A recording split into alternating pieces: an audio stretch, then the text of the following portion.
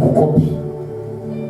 Eti mshirika namwambia eti tafadhali nilikuwa naomba unikopeshe 10,000 nitakurudishia. Mimi nikukope. Subiria sana. Bora nilale njaa kuliko kumkopa mshirika. Nikimkopa ataniaibisha, hatutaheshimiana.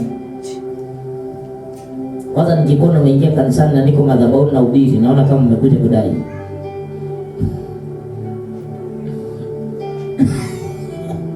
Upako naisha. Mimi saiona pastor anakopa washirika. Amekopa huyu, sasa wanaambiana. Hata mimi alinikopa.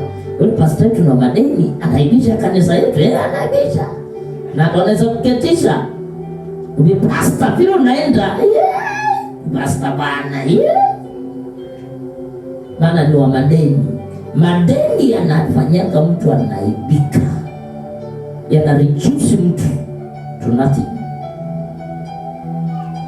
Ndio maana mwanaume anaongea na soprano. Maana anadaiwa. Wewe utaongea na bass, wewe ongea hivi. Kanisa hata hawezi kuhubiri vizuri. Kuna watu kama 5 hivi wanamdai kanisani. Kanisa asifiwe. Hata waweza pia watu Mungu anaweza loan madeni.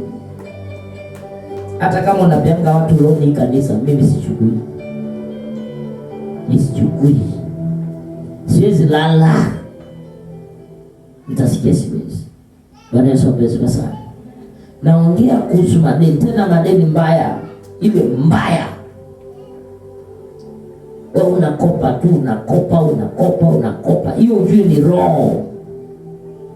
Mwisho mwezi ukifika kama unafanyanga kazi, pesa yote